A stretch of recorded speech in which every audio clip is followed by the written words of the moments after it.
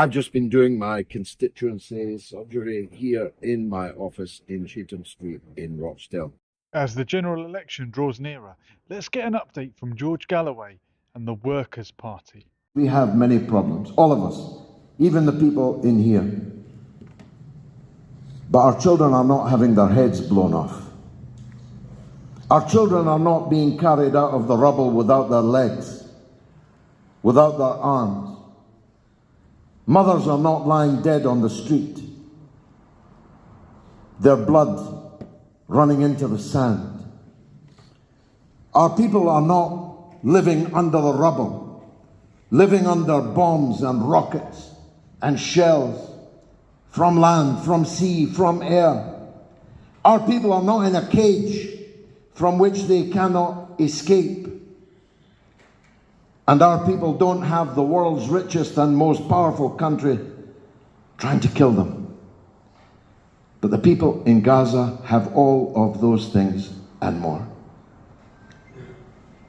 And when a young boy shouted from the back of his bike to me during the by-election, "It's Gaza, Galloway," he was right.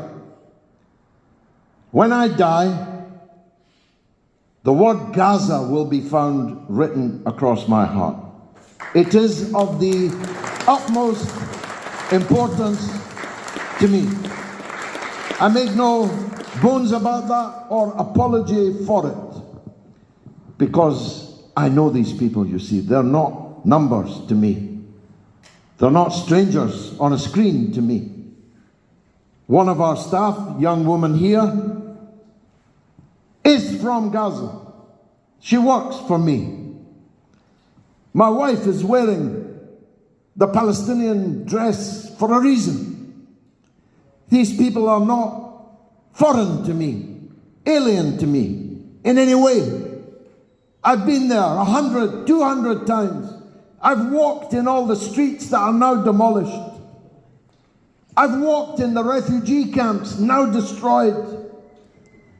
I've kissed the faces of men who I then had to watch on television, digging through the rubble with their bare hands to collect their children. Children that you can now see, if you can bear it, dead in the mouths of dogs in the Gaza Strip. Can you imagine if the parents of that child, I just saw the picture an hour ago, if the parents of that child saw what happened to their child, that a dog was carrying its body in their mouth? Can you imagine the horror, terror, evil of what's happening in Gaza?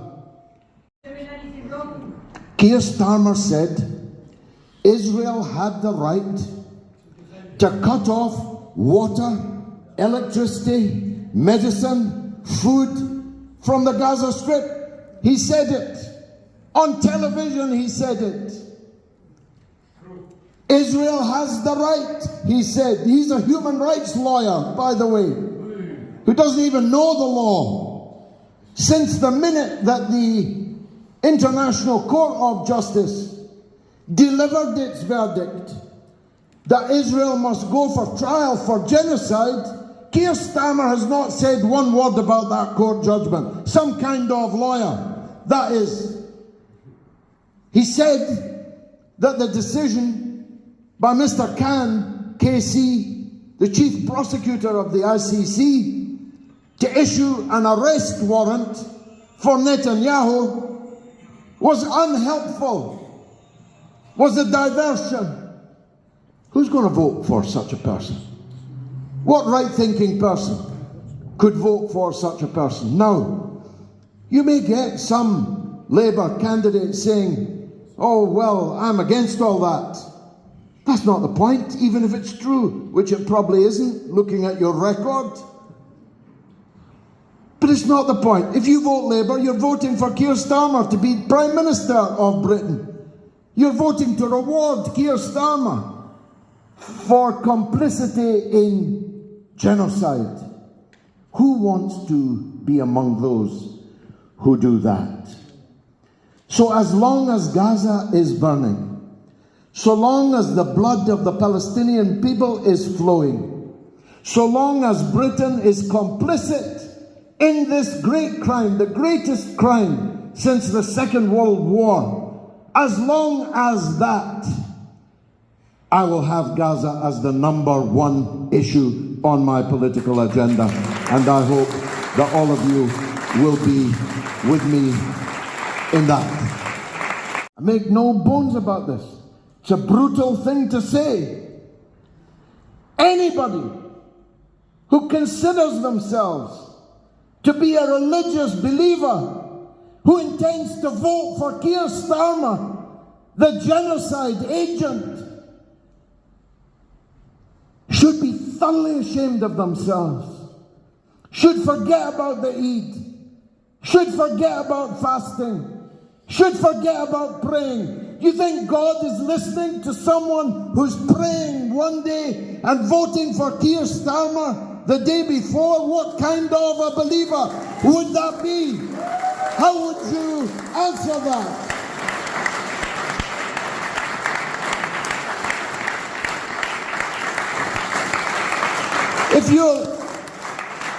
If you're a religious believer, you believe in the judgment day, how are you going to answer that question? What did you do when the Palestinian child was being carried by a dog? What are you going to say? I voted for it. I voted for the political leaders that enabled it. What kind of a believer could possibly answer that question in that way and hope for success? Rochdale, you proved before and you'll prove again that the only leader not just for the Muslim Ummah, but the only leader that stands for the people of Gaza, the only people that stands for the people of Kashmir, the only people that has been the voice for human rights and people that cause atrocities and use the money to profiteer from wars, is the only person that is George Galloway. Let's send this message loud and clear. Wherever we are, whoever we are, whether I be a candidate or a member of the Workers' Party, we stand firm and strong that we are the only choice. Well, good afternoon, ladies and gentlemen. You've just heard all the reasons why Aroma Hassan is our candidate against the deputy leader of the so-called Labour Party in this election. What a breath of fresh air Aroma will be for Ashton-under-Lyne. What a breath of fresh air in the fetid atmosphere at the top of the misnamed Labour Party. But this is the third launch that I have done in less than 24 hours. Our campaign all over this country with hundreds of candidates is well and truly underway. They thought they were pulling a surprise election. Well, it may have been a surprise to some, but not to us. We have been on a permanent election footing since the people of Rochdale on the 29th of February changed the political landscape in this country. And we won't stop until the 4th of July, and only then for a week or two. Last night I was in High Wycombe, where our candidate Khalil Ahmed, who stood for Labour last time in 2019, a bad year for Labour, and he polled 20,000 votes in the Wycombe constituency. And I said last night, if he pulls 20,000 votes again, on the 4th of July, He's going to be the MP with a landslide in High Wycombe, and we are confident that we can do it. Yesterday afternoon, I was in Ealing, Southall, launching our huge campaign in London, where we have scores of candidates, practically a candidate in every constituency in the whole of Greater London. That's how off and running we are. Our campaign has started exceptionally well, while Keir Starmer's campaign has blown up in his face. Keir Starmer's a block of wood. I saw birds trying to nest in him just the other day on the campaign trail. He's clunky. He can't think on his feet. He needs a barrister's brief in order to bore the judge to death. Well, you can't do that in a general election. You've got to be nimble. Jack, be nimble. Jack, be quick. Jack, jump over that candlestick. Keir Starmer would trip over the candlestick. In fact, he placed the candlestick down there so he could trip over it. This man is accident prone. And he's going to be found out when the general election hones in on which of these two people will be the Prime Minister.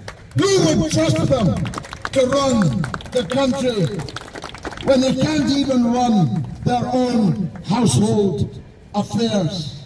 So he tried to get rid of Diane Abbott. And the public in Hackney and Stoke Newington, just like the public now in Chingford, have risen up against them. Please subscribe to this channel.